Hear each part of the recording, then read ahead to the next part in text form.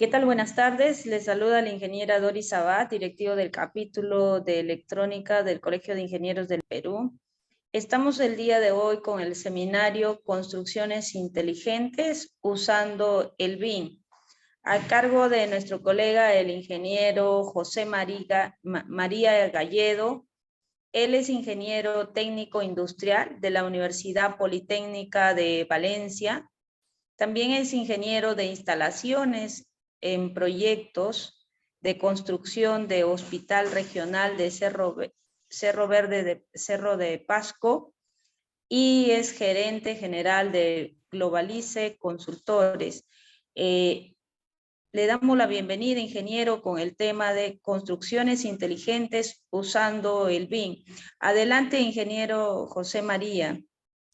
Muy buenas tardes, saludos a todos los que nos van a acompañar y agradecer sobre todo al ingeniero Francisco Madrid y a Doris Abad y a Isabel Soria y a todo el mundo que ha hecho posible que esta presentación se pueda realizar.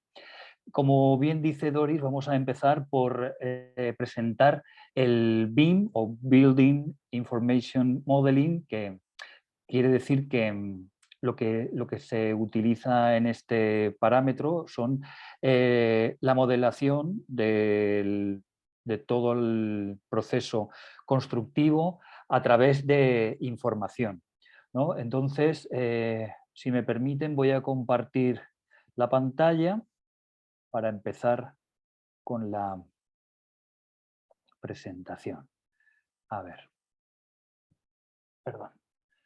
Construcciones, aquí tenemos inteligentes usando BIM. Bueno, lo primero vamos a ver qué es el BIM, cuáles son sus orígenes y qué ventajas tiene respecto a otros sistemas. Hay que recordar que BIM no es un programa de dibujo, no es un programa de modelamiento, simplemente BIM significa lo que hemos dicho, ¿no? Un procedimiento a través del cual podemos obtener unos resultados bastante satisfactorios a la hora de diseñar cualquier edificio, cualquier construcción, y vamos a ver cuáles son sus ventajas. A ver. En primer lugar, bueno, el origen del BIM más o menos comienza en el año 1975, se publica el primer trabajo sobre Building Information Modeling por el profesor Chuck Eastman, ¿no? En 1984 se crea el ISO-STEP, que es donde se regula la forma estándar del modelo de datos para el intercambio de productos, y sale Archicad, ¿no? Que es el primer programa BIM. Estamos hablando del año 1984. En 1996 comienza a funcionar el consorcio IAI, que asesora el desarrollo de aplicaciones integradas. ¿Vale? En el año 2000 aparece Revit. Revit es un programa que permite la introducción de todos los datos que son relativos a cualquier construcción, ¿no?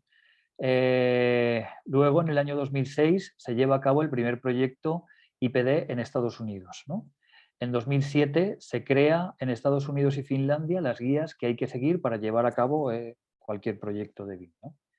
En el 2010, el gobierno de Reino Unido anuncia los requisitos para la implantación. Exactamente en el 2010, el gobierno del Reino Unido, también con algunos gobiernos de otros países europeos, ya exigen o recomiendan que toda la construcción que se haga a nivel de gobierno, que para que sea para el Estado, pues debería de estar realizada con este sistema, ¿no? En 2012 en Finlandia se publican los requerimientos comunes a nivel nacional. O sea, ya estamos hablando de hace ya 11 años, ¿no? 2015 España adopta las hojas de ruta para la implementación. ¿Vale? 2016 el Reino Unido hace obligatoria ya la implementación de la metodología BIM en los proyectos de obra pública. ¿Vale? En 2018, el uso obligatorio en España de proyectos de licitaciones públicas en edificación. Bueno, y esto no hace más que evolucionar, ¿no? En 2019 también aquí en Perú ya se hizo una recomendación Bueno, y en eso estamos, ¿no? Que poco a poco vamos caminando. Entonces, BIM es, como hemos dicho ya, Building Information Modeling, ¿no? Sus siglas en inglés. Este nombre lo acuñó Autodesk, que es la empresa que, entre otros productos también tiene AutoCAD, ¿no? Pues Autodesk, perdón, compró Revit en el año 2000 y en 2002 anunció ya la salida de este programa, ¿no? BIM es una metodología de trabajo colaborativa para la creación y gestión de un proyecto de construcción, ¿vale? O sea, no solamente es crear el proyecto, sino que todo alrededor, lo que es construcción, los constructores, todos los especialistas, ¿no? Electricistas, fontaneros o gasfiteros, telecomunicaciones, todos los protección contra incendios, todos los especialistas que forman parte del proyecto, pues están unificados a través de esta plataforma, ¿no? El objetivo, como dice, es centralizar toda la información del proyecto en un modelo de información digital creado por todos sus agentes. O sea, todos tienen que aportar su parte, ¿no? Si tengo un aseo, pues el aseo tiene que decir el lavabo que marca qué tipo es, el grifo que marca qué tipo es, todas las conducciones, de qué tipo son, si son de PVC, todo tiene que estar definido en cualquier momento y todo cambio que se produce en el modelo también se tiene se ve reflejado a la hora de sacar la información, ¿no? Entonces, supone la evolución de los sistemas de diseño tradicionales basados en el plano, ya que incorpora información geométrica de tiempos, de costes, ambiental y de mantenimiento.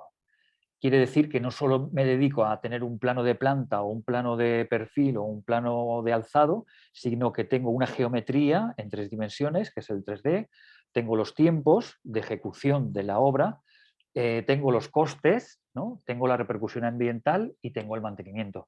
También hay 8D, que sería en este caso el desmantelamiento o el derribo del edificio y a través de esto pues tenemos todas las bases del diseño, ¿no? Abarcamos desde la ejecución y nos extendemos a lo largo de la vida del edificio, ¿no? Permitiendo la gestión del mismo y reduciendo los costos de explotación y también pues, podemos reducir todas las interferencias que suele haber en las edificaciones, ¿no? Que puede ser, por ejemplo, tuberías que me pasan por una cimentación, no sé, tubos que no deberían de pasar por una estructura metálica, vigas que no me permiten que pueda haber elementos de cierre que suban y bajen de forma recta, ¿no? Todo esto. Entonces, más o menos, la implementación durante la última década se ha implementado de forma progresiva en diferentes países. Como podemos ver, pues tenemos países de Europa donde se ha implementado, tenemos países de Europa del Este donde no hay nada, ¿no? Tenemos aquí, por ejemplo, toda la parte de Asia, la India, que sí que está ya bastante implementado, Estados Unidos y Canadá, por supuesto, ¿no? Luego toda la parte de México. Entonces, vemos que la implementación para algunos países es un objetivo prioritario en sus administraciones públicas, en otros, pues por lo que sea, no es tan prioritario, ¿no? O se produce de forma un poco más pausada, ¿vale? Entonces, sobre todo en la Unión Europea, la parte de contratación pública, pues sí que lo tienen desde hace, como hemos dicho antes, unos 12 o 13 años. Entonces, trabajar en BIM, las ventajas, ¿no?, que tiene BIM es principalmente que permite la coordinación y organización de las distintas disciplinas que se ven involucradas en un mismo proyecto, en una construcción, ¿no? Con ello se reducen los errores presentados al momento de ejecución que puedan pasar o se pueden solucionar en la etapa de diseño, ¿no? ¿Qué ventajas tenemos? Por ejemplo, con la utilización del BIM, pues incrementamos la productividad y la eficiencia. ¿Esto qué quiere decir? Pues que es mucho más productivo tener un modelo al que vamos corrigiendo en el proceso de diseño que estar construyendo y tener que picar, por ejemplo, una viga o tener que hacer cualquier modificación en obra que es muchísimo más costosa, ¿no? Mejoramos los resultados y la transparencia de los proyectos. O sea, si ya tenemos el afinamiento, ¿no? Lo hacemos en la etapa de proyecto, se deja todo resuelto, ¿no? Tengo, por ejemplo, un caso muy peculiar que yo pude realizar en mi experiencia, ¿no? Fue un centro de distribución. La segunda fase de ese centro de distribución eran 65.000 metros cuadrados, perdón, 35.000 metros cuadrados, y se hizo el proyecto desde enero que se empezó hasta mayo. En esos 5 meses se hicieron todas las modificaciones, todo lo que hubo que hacer para que, o sea, todo el afinamiento, digamos, al proyecto para que las incompatibilidades, etcétera, quedaran resueltas. Y esto se notó bastante a la hora de ejecutar porque se evitaron los adicionales de obra. Hubo una eficiencia muy grande a la hora de poder trabajar. Luego se reducen los costes y los riesgos también, ¿no? Fomenta la colaboración y la coordinación. El trabajo en equipo es súper importante en estas fases, ¿no? En estas fases de construcción, porque una perfecta coordinación, ¿no? Un trabajo transversal, digamos, entre las áreas, distintas áreas de ingeniería, ¿no? Todas las ingenierías y todas las especialidades que van solapadas a estas ingenierías, pues trabajan de una forma mucho más fluida, ¿no? Se fomenta este tema de la cultura, el liderazgo, ¿no? Y el trabajo en equipo, ¿no? Entonces se minimiza las modificaciones posteriores y se facilita el mantenimiento del activo, ¿vale? Como principales usos, pues tenemos que la metodología BIM y las herramientas actuales permiten que podamos desarrollar proyectos de arquitectura e infraestructura muy ambiciosos, ¿no? Quiere decir que podemos hacer desde un simple chalet o una construcción, digamos, pequeñita, a hacer una ciudad prácticamente entera, ¿no? Utilizando la inteligencia artificial, utilizando el Internet de las cosas o Internet of Things, y todo esto darle un valor muy añadido o muy agregado a lo que estemos produciendo, ¿no? Sin embargo, no siempre llegan estos proyectos y no siempre tenemos el nivel de implementación BIM adecuado en nuestra organización. Lo que sí que podemos afirmar, ¿no? Que es que BIM ha revolucionado y cambiado a mejor aspectos del día a día de arquitectos, ingenieros, aparejadores, ingenieros de telecomunicaciones, etcétera, y sobre todo los promotores y los constructores, ¿no? Porque siempre son los que, de alguna u otra forma, si un arquitecto, un ingeniero tiene un error en la ejecución de un proyecto, no hemos tenido esa visión que nos da el tener la tecnología BIM, pues simplemente erramos en la construcción. No es lo mismo que errar en un papel o en un ordenador, que podemos arreglarlo y no hay ningún problema. Entonces, los principales usos que le están dando al BIM son el modelado en 3 dimensiones, en render y realidad virtual. Compartimos documentación y datos del modelo con un entorno, ¿no? Detección de interferencias, ¿no? Conteniendo la visión 360, que podemos ver el edificio desde abajo, desde arriba, podemos comprobar, como hemos dicho antes, todas las interferencias, ¿no? A mí me pasó un caso, por ejemplo, en una obra en Cerro de Pasco, que una viga ya estaba hecha, la viga de cimentación, y hubo que pasar un desagüe y hubo que romper la viga, con lo que esto supone, ¿no? Hay que hacer una perforación con diamantina, etcétera, que encarece grandemente el proyecto, ¿no? Entonces, hay también un control de costes y mediciones vinculado al modelo de 3 dimensiones y la planificación y gestión del proyecto. Las etapas del desarrollo de un proyecto BIM, pues tienen desde un inicio hasta un final, ¿no? Quiero decir que principalmente la metodología BIM es un entorno colaborativo para la creación y gestión de proyectos constructivos, ¿no? Entonces tenemos las dimensiones por un lado, como hemos dicho antes. La primera y la segunda dimensión sería el plano en AutoCAD que conocemos de toda la vida, ¿vale? Entonces la geometría sería ya la tercera dimensión. Quiero decir que ya no tengo un modelo que es un plano, no es un alzado, un perfil, una planta, sino que ya tengo un modelamiento del edificio en 3 dimensiones, ¿no? Luego tengo la cuarta dimensión, que sería el tiempo, ¿no? Lo que cuesta ejecutar cada trabajo de los que esté constando la construcción. O sea, yo en la construcción tengo cimentación, tengo estructura, luego en la estructura tengo cerramientos, tengo suelos, tengo techos o forjados, ¿no? Entonces hay que ir revistiendo la construcción y luego ya una vez que tengo el armazón, ir metiendo las instalaciones, ¿no? En algunos puntos incluso ya puedo ir dejando los pases para diversas instalaciones y no tener que luego estar, como hemos dicho antes, perforando, ¿no? Pues se prevé eso todo mucho antes. Luego los costes, que es la quinta dimensión, la eficiencia energética, ¿no? Que si yo coloco tabiques, coloco ventanas con doble aislamiento o con doble cristal con aislamiento acústico, térmico, etcétera, cuanto más yo le vaya implementando al proyecto en tema de eficiencia energética, mucho más eficiente va a ser tanto la envoltura como el edificio, ¿no? La envolvente, mejor dicho. Entonces, ya la séptima dimensión sería entrar en operación, ¿no? El edificio, si por ejemplo es un hospital, pues que entre en operación para atender a los clientes del hospital, ¿no? O a los posibles enfermos y tal, ¿no? Entonces, luego tengo el modelo virtual. Ese modelo virtual tiene asociada una base de datos donde se guarda todas las características de todo lo que implementa ese proyecto. O sea, si tengo un tabique de ladrillo del 9 cerámico con doble cámara o con cámara de aire y otro tabique más pequeño, etcétera, o las ventanas, qué tipo son, las puertas, todo, el suelo, techos, todas las instalaciones, etcétera. Todo esto es un archivo interoperable que yo puedo consultar o yo le puedo enviar al arquitecto, al estructural o al diseñador de las instalaciones, ¿no?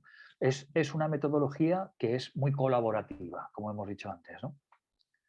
Entonces, como primera fase, lo que tenemos que hacer es un análisis inicial, ¿no?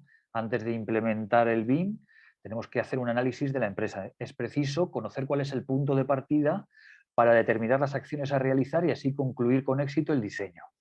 Se analizarán elementos como los proyectos, procedimientos, necesidades, estructura, portafolio o las prácticas que normalmente controlan el día a día. O sea, antes de yo poner la primera piedra, digamos, tengo que saber qué servicio voy a querer dar, qué clientes son los que voy a atender, qué tipo de edificaciones son las que puedo construir, ¿no? Y en base a eso generar ya todo el sistema que va a acompañar el desarrollo de los proyectos, ¿no? Luego, la segunda parte sería la selección de productos, ¿no? Para una correcta implantación BIM en empresas es esencial tener claro qué productos o servicios van a ser objeto del proceso. Normalmente es la alta dirección la que toma esas decisiones, aunque un BIM manager también puede influir, ¿no? O sea, si yo ya tengo la cierta envergadura en mi empresa para poder tener un BIM manager, porque ese BIM manager es el que nos va a dar toda la orientación a la hora de qué programa elijo, qué tipo de información o qué tipo de especialistas necesito tener en mis proyectos de BIM, si necesito especialistas en gasfitería, en redes eléctricas, en protección contra incendios, todo eso lo tengo que tener muy claro para luego poder planificar bien todos los procesos del proyecto, ¿no? Luego, la planificación. Se podría decir que esta fase es la que comprende, se corresponde con la planificación en sí, es decir, que define las etapas a seguir, la metodología y los recursos, tanto materiales como humanos, que se requieren. Un poco lo que estábamos comentando en el punto anterior, ¿no? Y por otro lado, se detallarán costes, riesgos y las actividades a ejecutar. A la hora de ejecutar, en el cuarto punto, la ejecución, esta cuarta fase de la implementación BIM se hará realidad con todo lo que se describió en la parte anterior, en la etapa 3, ¿no? Que era la planificación. En la ejecución, así por ejemplo, una de las tareas a abordar de mayor importancia sería elegir el BIM software con que se trabajará. Luego, posteriormente, veremos que hay una gran variedad de software, ¿no? Para poder ejecutar los proyectos según la necesidad que tengamos, si es diseño, si es corroborar obra o tener algún visor para poder ver archivos. Entonces, veremos cómo es el uso de cada software, ¿no? Luego en la documentación es el momento de redactar los planes de adquisición, recursos humanos, formación y comunicación. Con esto se determinará qué licencias necesita la empresa, qué tipo de formación se requiere para los empleados y qué nuevas contrataciones deberán hacerse para que todo el plan de BIM tenga éxito en la implementación, ¿vale? Las licencias es una de las etapas más relevantes del proceso y tenemos que contar con licencias necesarias para el desarrollo de la actividad. Y en la fase anterior se identificaron que las licencias eran necesarias, ¿no? Ahora es el momento de transmitirlas y obtenerlas para que la organización pueda operar. Entonces, una vez que yo ya tengo las licencias de todo mi software para poder ejecutar mis proyectos, porque esta clase de software ya no es tan fácil tenerlo pirata, como se suele decir, ¿no? Yo creo que es interesante que veamos, hay licencias de estudiante, hay licencias de After Night, ¿no? Que llaman que se usan con un pago mínimo. Entonces, ver un poco cuál es nuestra necesidad y a raíz de eso utilizar el software que sea necesario. Contratación, pues en el punto 7, como ocurre con la figura del BIM Manager, el proceso de estas características hace indispensable contar con nuevos perfiles, ¿no? Otro de los destacados es el coordinador o coordinadores, ¿no? BIM, que pueden ser necesarios como director de proyecto, de riesgos, técnico de proyecto o consultor de gestión de proyectos. Entonces, según, como hemos dicho antes, ¿no? Un poco rememorando lo que hemos dicho hace un momento, pues según la necesidad que tengamos en el proceso de realizar el proyecto, pues el personal debe estar asociado a esa necesidad, ¿no? Si, por ejemplo, yo tengo que hacer un proyectito de 50 metros cuadrados, pues la necesidad va a ser mínima, pero si tengo un gran edificio, ya sea, pues, no sé, puede ser un hospital, un centro de convenciones, un centro de distribución, puede ser un almacén refrigerado, pueden ser cualquier tipo de edificación que ya tenga una cierta envergadura, pues ya no puedo contar con un dibujante solamente, ¿no? Debo de tener ya una serie un equipo que vea todas las coordinaciones para que el proyecto no se me quede parado en el tiempo y que podamos tener cierta fluidez, cierta agilidad, que es lo que prima en estos días en las compañías, ¿no? En las empresas, ¿no? En el 8º punto es la formación. Una vez que se han superado las fases anteriores del plan de implementación BIM, es hora de formar a las personas que vayan a ser involucradas en las tareas asociadas. De nuevo, en la fase 5 redactaron cuáles eran las necesidades a este respecto y solo nos queda llevarlas a cabo, ¿no? En el punto número 9, que es perdón, la evaluación, llegados a este punto, todo está ya terminado, prácticamente listo. Es importante llevar a cabo una evaluación de éxito para saber si se ha procedido de la manera correcta o no. Es decir, tengo que probar al personal para saber si realmente me van a hacer o van a poder hacer, mejor dicho, el trabajo de la mejor forma, ¿no? Trabajando, como hemos dicho siempre, trabajando en equipo, mediante temas de intercambio, transversalidad en cuanto al intercambio de información y llevarlo de la mejor forma, ¿no? La evaluación conviene hacerla de forma periódica, es conveniente tenerla en cuenta cada vez que se diseñe un nuevo plan y a lo largo de la vida de este, ¿no? Vale, aquí tenemos, digamos, un poco cuáles son los procedimientos o las fases que hay que tener en cuenta para hacer el proyecto, ¿no?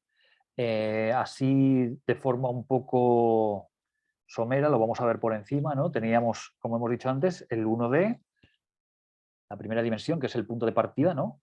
Ahí tenemos una investigación, que son las condiciones de partida, dónde se ubica el proyecto, cuáles son las necesidades del cliente, etcétera, ¿no? ¿Qué normativas me afectan a la hora de implementar el proyecto, ¿no? ¿Cuáles son la meteorología, si llueve, no llueve, si me pasa por ahí algún flujo de agua o hay condiciones que pueda haber heladas, nieve, etcétera? Todo esto debemos reconocerlo en la partida para diseñar el edificio de la mejor forma posible, ¿no? Entonces, tenemos que hacer un consulting, ¿no? La ejecución del plan BIM, un entorno común colaborativo y qué software vamos a utilizar, ¿no? Entonces, durante todas estas etapas, digamos, la segunda parte sería la producción de dibujos en 2 dimensiones, lo que se hace normalmente con AutoCAD. Tendríamos todas las vistas y todos los planos, ¿no? Implementaríamos con programación, con parametrización. La parametrización es darle a cada parte del dibujo su valor, ¿no? Su valor dentro de la base de datos. Luego desarrollaríamos el proyecto y hacemos el estudio de ciclo de vida, sistemas constructivos, primarios y producción energética y estrategias, ¿no? La tercera D, que sería la tercera dimensión, es la forma. Ahí ya puedo hacer los renderizados del dibujo, o sea, de todo el edificio, los recorridos virtuales, el escáner láser, ¿no? La implementación, creación de objetos, programación visual, detección de colisiones. Esta es, digamos, para mí es una de las cosas, de los temas más importantes que es la detección de interferencias o de colisiones, ¿no? Porque es lo que nos va a ahorrar tiempo y dinero. O sea, las próximas Ds, la 4D y la 5D, se ven muy afectadas si yo no hago el análisis en la tercera dimensión, ¿no? La tercera dimensión ya tengo que tener todo definido, el edificio, digamos, estructuras e instalaciones, etcétera, para saber, para ver de una forma global las incompatibilidades y poderlas dejar resueltas, ¿no? En la cuarta dimensión tenemos la federación de modelos, la construcción virtual, las fases del proyecto, gestión de la construcción, los sistemas, ya, la prefabricación, construcción de la estructura, construcción de las instalaciones, simulaciones, ¿vale?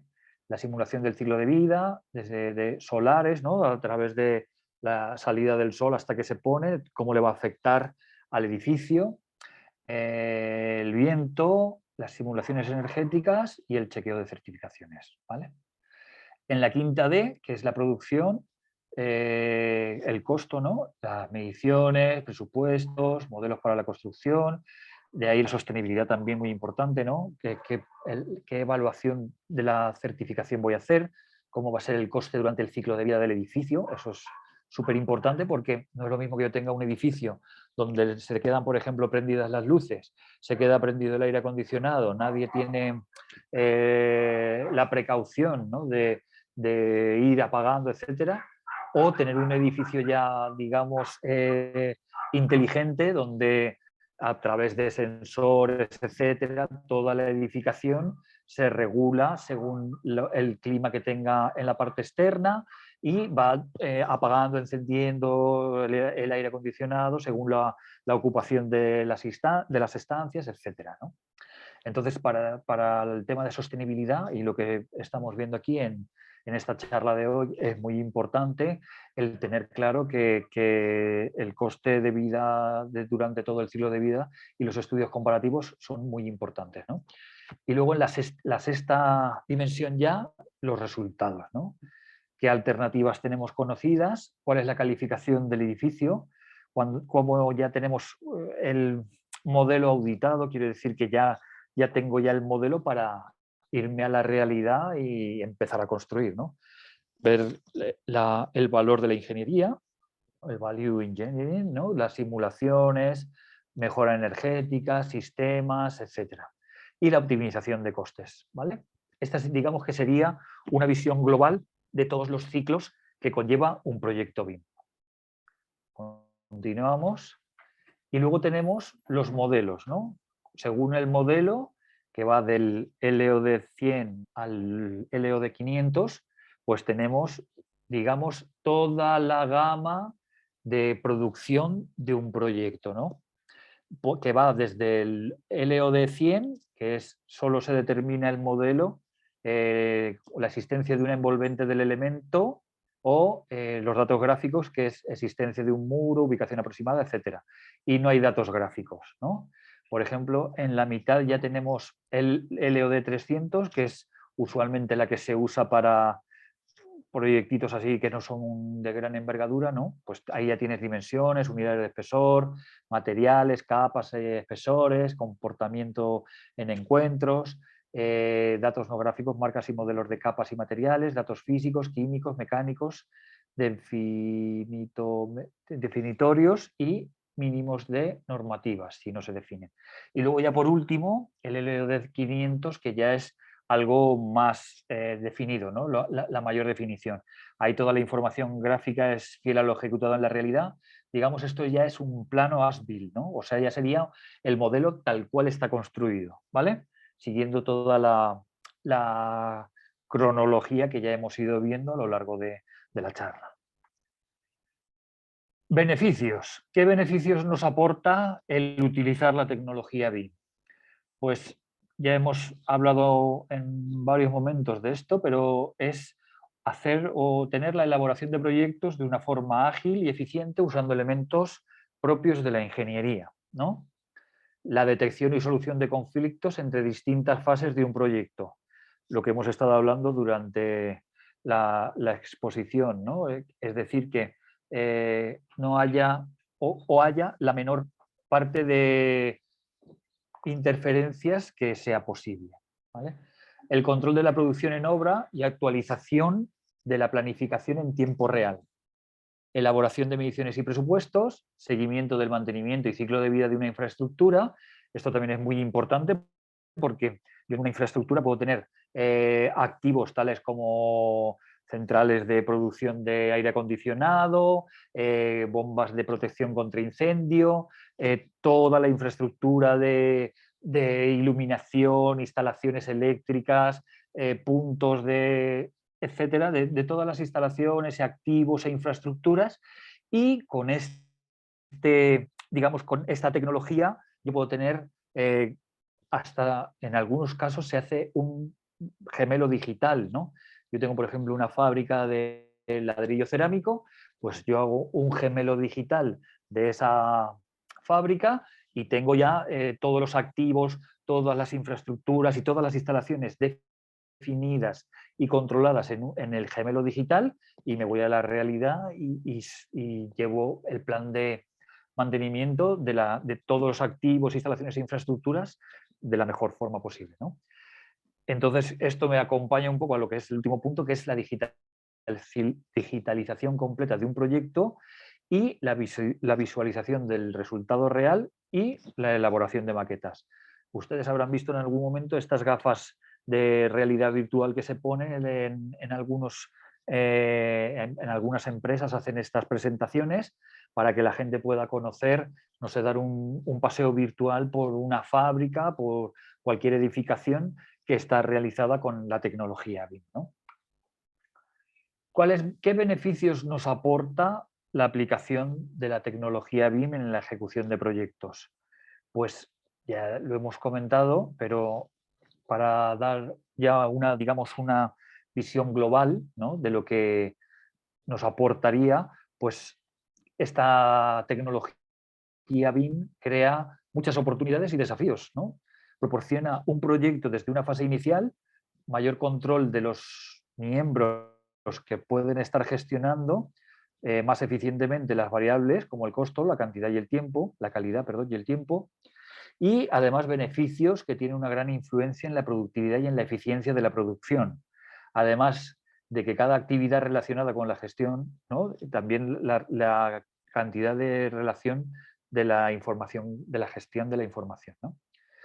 Entonces, como resultado, el diseño de la información es explícito y a disposición de todos los interesados que son capaces de apoyar las iniciativas en la toma de decisiones, ¿vale? Es lo más importante, ¿no? Que creamos un entorno, digamos, global, donde podemos estar actuando todos los agentes de una forma muy colaborativa para que el proyecto vaya de una forma muy, muy grande, ¿no?, muy acelerada, muy ágil, para que todo llegue al mejor puerto posible y trabajar de forma muy colaborativa, vuelvo a repetir, ¿vale? Entonces, citando lo que acabamos de hablar, hay una mayor colaboración y una mayor comunicación, ¿no? Los modelos permiten compartir, colaborar y crear versiones de los planos de dibujo que en el papel no se permite, ¿no? O sea, yo puedo compartir a través de, por ejemplo, del Navis, de Autodesk, puedo compartir mi modelo y a un instalador de protección contra incendios darle el modelo en 3 dimensiones de su red para que él pueda metrar, pueda hacer sus comprobaciones y bueno, pueda dar también su opinión con respecto a la parte de su instalación en el proyecto, ¿no? Los equipos pueden compartir modelos y coordinar la planificación, ¿no? Asegurando que los interesados tengan una idea general del proyecto. También puede estar, es muy importante que la información esté en la nube, ¿no? Porque permite llevar todo el proyecto de la oficina al campo, ¿no? Y aplicaciones y herramientas BIM, los equipos pueden revisar modelos en el sitio, en sus dispositivos móviles, asegurando que tengan acceso a la información actualizada del proyecto en cualquier momento. Podemos visualizar el proyecto en la etapa de preconstrucción. Entonces, al usar BIM, puedo planificar y visualizar todo el proyecto durante la preconstrucción. Entonces, esto me permite que yo pueda hacer simulaciones del uso del espacio, visualizaciones en 3 dimensiones y además nos permite a los clientes enseñar cómo experimentar, cómo se va a ver el espacio, cómo se está ofreciendo la posibilidad de realizar cambios antes de comenzar la construcción y se tiene una visión general del principio, desde el principio, y se minimizan los costos y los largos cambios posteriores. La detección de conflictos, como ya hemos dicho también en los puntos anteriores, si yo, por ejemplo, aquí ustedes pueden ver que tengo un conducto de aire y tengo una tubería que puede ser de protección contra incendios fácilmente, yo no puedo hacer esto porque me va a hacer se me va a producir ahí una interferencia que no me va a permitir que mi sistema funcione de la mejor forma posible. Entonces, ¿qué es lo que tengo que hacer? Pues una vez que yo sé que aquí tengo una interferencia, pues tengo que ver de qué forma yo la evito, ¿no? O bien haciendo que el tubo haga podamos esquivar esa conducción de aire, etcétera. Pero buscar la solución antes de implementarlo en el proyecto. Luego, la estimación de costos basada en los modelos. Durante la ejecución es vital de importancia llevar un adecuado control del costo del proyecto. La implementación de un modelo BIM 5D es efectiva ya que la información de costos se encuentra parametrizada. De la misma manera, tenemos la programación y la secuenciación mejorada. Quiere decir que muchos de estos beneficios que ya nos proporciona esta tecnología nos ahorran dinero, ¿no? Y nos dan un ahorro también bastante importante del tiempo a reducir los ciclos del proyecto y eliminar los contratiempos del cronograma de construcción, ¿no? BIM permite que el diseño y documentación se realicen al mismo tiempo y que la documentación se cambie fácilmente para adaptarse a la nueva información. Entonces, como las condiciones, por ejemplo, del sitio, ¿no? Los horarios pueden planificarse con mayor precisión y comunicarse exactamente. También puedo tener una mayor productividad en la fabricación, en la prefabricación, al tener el modelo ya tengo cuáles son las estructuras, tengo cuál es el material que voy a utilizar. Entonces yo necesito aquí, por ejemplo, en este ejemplo que vemos, hay un tabique de hormigón o de concreto prefabricado con toda su armadura y tengo un hueco ya de una puerta y una ventana ya prefabricado, ¿no? Lo único que tengo que hacer es coger el modelo, ir a los especialistas del fierro y del concreto y producir este modelo sin tener que hacer mucho más, ¿no? También el aumento de la seguridad puede ayudarnos BIM a mejorar la seguridad en la construcción porque podemos identificar peligros antes de que se conviertan en problemas y evitar riesgos físicos al visualizar y planificar la logística del sitio con anticipación. El análisis visual de riesgos y las evaluaciones de seguridad pueden ayudar a garantizar la seguridad en el transcurso de la ejecución del proyecto.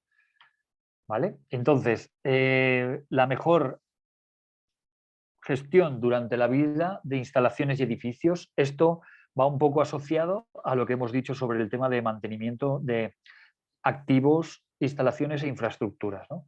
La información del modelo nos permite tener una simulación, ¿no?, de la operación del edificio y también ver la operación después de que se finalice la construcción.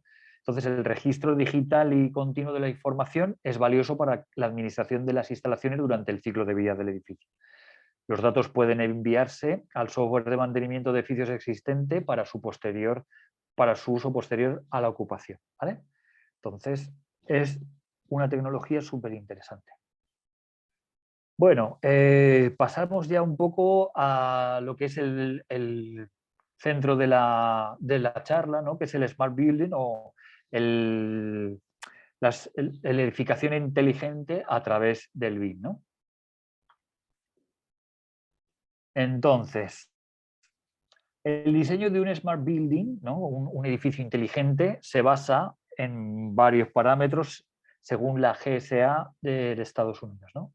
Uno es reducir la demanda de energía para su funcionamiento. O sea, cuanto yo más reduzca la demanda de energía, quiero decir, si yo, por ejemplo, tengo programado mi aire acondicionado según los usos de las oficinas, horario de encendido, apagado, temperatura de confort, no tenerlo a 18 grados ni a 27 en invierno, sino tener temperaturas que oscilan según la normativa internacional entre 20, 21 a 22 grados, ¿no? Esa sería la temperatura de confort, pues esto nos va a dar una reducción considerable de la demanda energética. Bueno, hay también, en un segundo punto, que podemos hacer una integración de las energías renovables, ¿no? Podemos tener energía fotovoltaica, podemos tener energía térmica solar también, que nos va a producir agua caliente con el aporte de cualquier fuente de energía, ya sea eléctrica, gas, gasoil, etcétera. Luego, utilizar equipos que sean muy eficientes, ¿no? Luego tenemos usar de forma intensiva los sistemas de control para regularización de la monitorización del funcionamiento de los sistemas, ¿vale? Entonces, pasamos de edificio eficiente a edificio inteligente. Claro, el edificio eficiente, como estamos diciendo, es el que, digamos que las personas que lo utilizan o que lo habitan se encargan de que todos la energía eléctrica, que la energía frigorífica, todo se utilice de la forma más eficiente posible. Pero eso no es inteligente, ¿no? El edificio inteligente, según la GSA, es aquel que integra los principales sistemas del edificio en una red común, comparte información y funcionalidades entre ellos para mejorar las operaciones del edificio, ¿no? Aquí se habla de hasta unos 1000 sensores que pueden ser de temperatura, de humedad, de ruido, vibración, externos para medir la presión, la meteorología, etcétera, ¿no?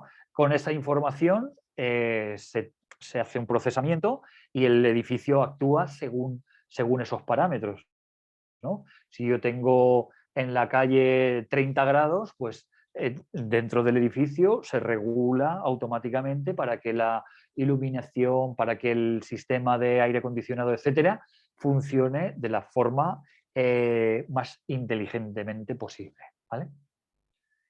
Entonces, ¿qué debe de cumplir un edificio inteligente? Los objetivos perseguidos por la GSA son los siguientes. Eficiencia energética, mejorar la eficiencia operacional, claro, mejorar la satisfacción de sus ocupantes, ¿no? Y el programa GSA Building Link utiliza un mínimo de 1000 puntos de datos por edificio para establecer los parámetros de operación y uso de la energía. Para The Climate Group, un Smart Building es un conjunto de tecnologías usadas para realizar el diseño, la construcción y la operación de un edificio nuevo o existente para que funcione de manera más eficiente, ¿vale?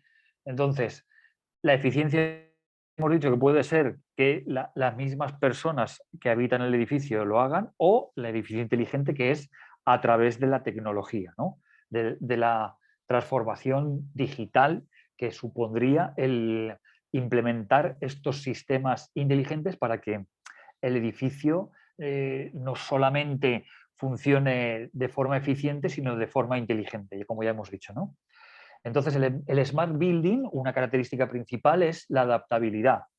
El edificio es capaz de adaptarse a los diferentes requerimientos de confort de los ocupantes en función de las variaciones diarias y estacionales del uso, ¿vale? el BIM y la Internet of Things en el Smart Building.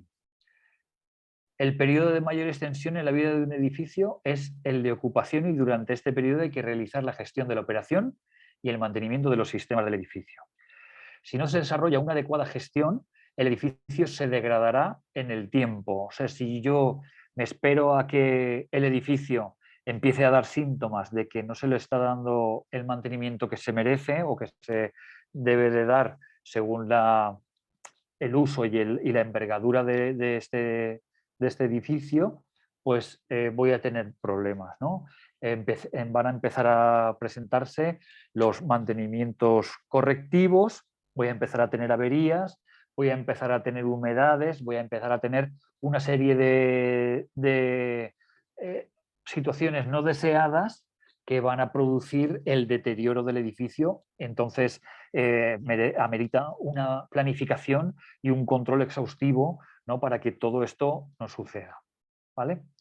Entonces, durante el periodo de diseño y construcción, el BIM nos proporciona la información valiosa, como hemos estado viendo durante toda la presentación, sobre la localización espacial de los diferentes elementos, o sea, dónde tengo la puerta de entrada del edificio, dónde tengo la ventana de la cocina, donde tengo la ventilación de mi cuarto de baño, etcétera, ¿no? Donde tengo mi punto de luz, mi luminaria, qué tipo de luminaria tengo en una sala de estar de una vivienda, etcétera, etcétera, etcétera. ¿Vale?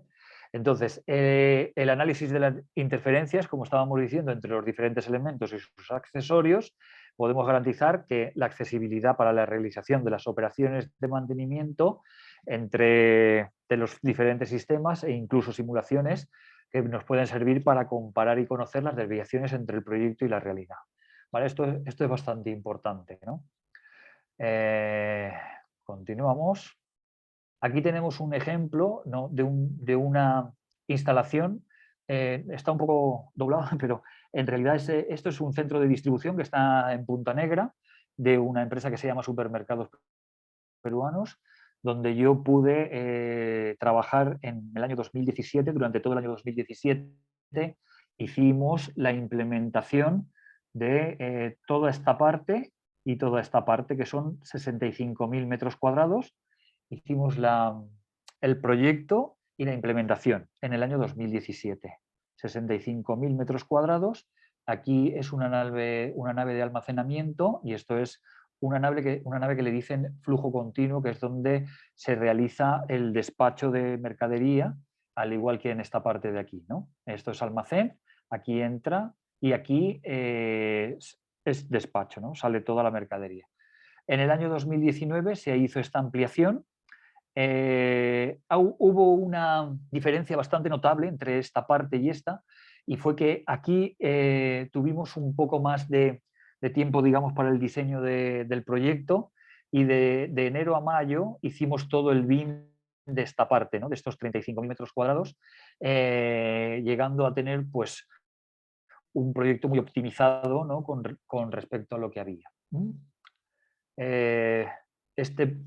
Aquí hay una vista de la parte que estábamos viendo, flujo continuo, ¿vale? Se puede ver la iluminación, la retroiluminación que hay en las zonas peatonales, ¿no?, que nos ayudan a que se vea un poco mejor.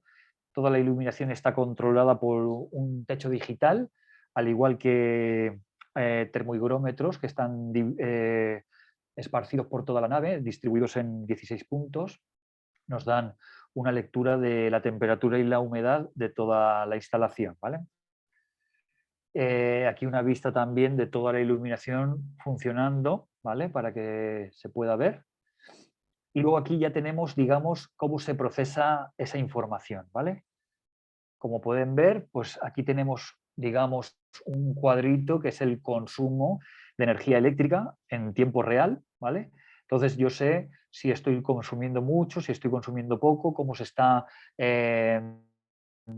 iluminando, porque aquí, como pueden ver, en esta parte de aquí, tenemos una distribución, ¿no?, de cómo están las luminarias en la nave, ¿no? Tenemos los distintos grupos de luminarias y estas luminarias tienen una regulación que va de 0 a 100%.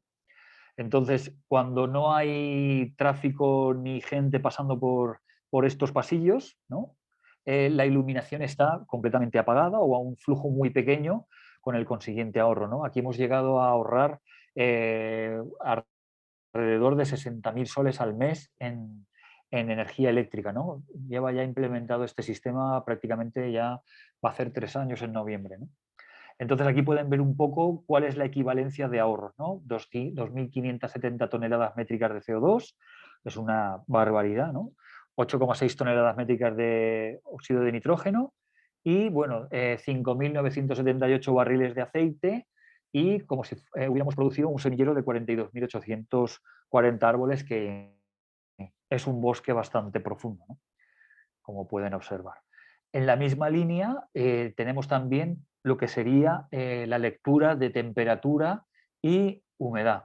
Este trabajo antes lo hacía una persona recorriendo la nave, que son, no sé si haría la pobre muchacha o el pobre señor, alrededor de 5 o 6 kilómetros diarios, buscando los termohigrómetros y apuntando en una libretita todos los datos que tenemos aquí, ¿no?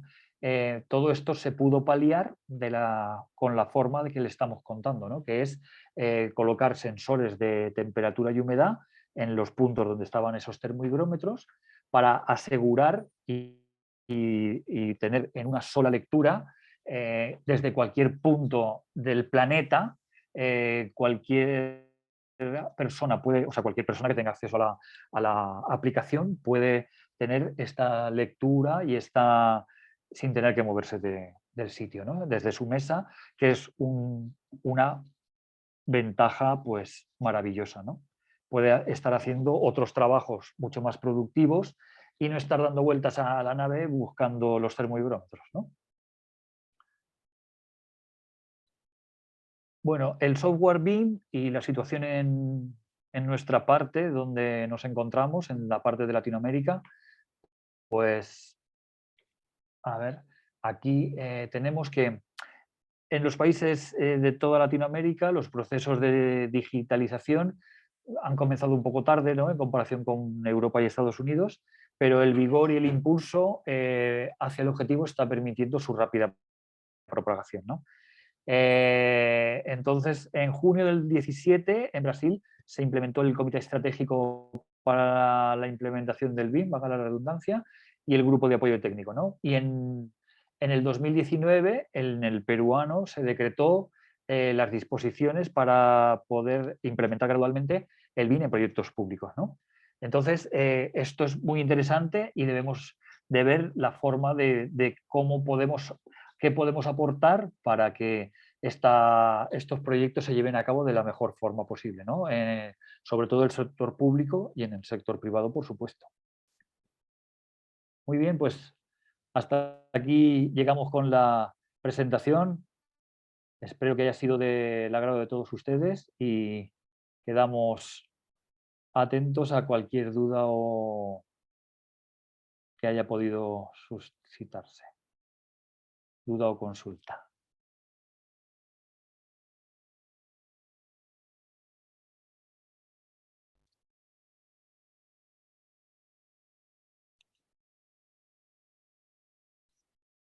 Recordarles que las personas que requieran certificado deben estar registrando su asistencia por el link que se va a colocar en el chat, ¿vale? Si hay alguna duda, alguna pregunta, por favor, me lo hacen saber.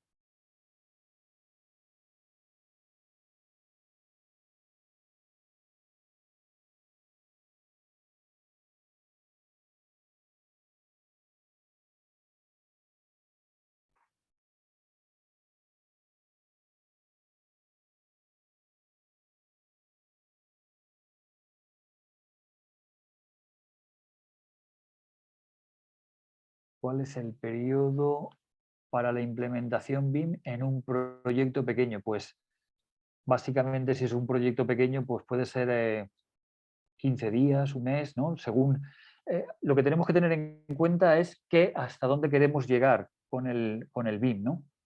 Entonces, creo que te lo voy a responder por el chat. Dependería.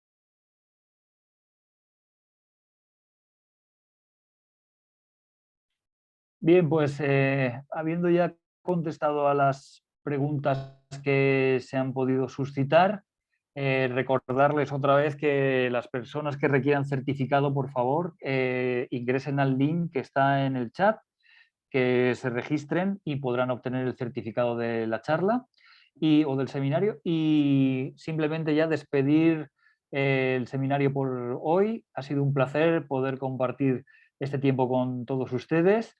Quedo atento a próximas presentaciones que podamos hacer para el Colegio de Ingenieros de Perú. Agradecer nuevamente al ingeniero Francisco Madrid por su confianza y a todo su equipo, la ingeniera Doris Abad, a Isabel Soria y a todos los que han hecho posible que esta conexión sea tan exitosa y tan bonita. A mí me ha encantado ayudarles y darles un poco el poco conocimiento que pueda tener de esta tecnología.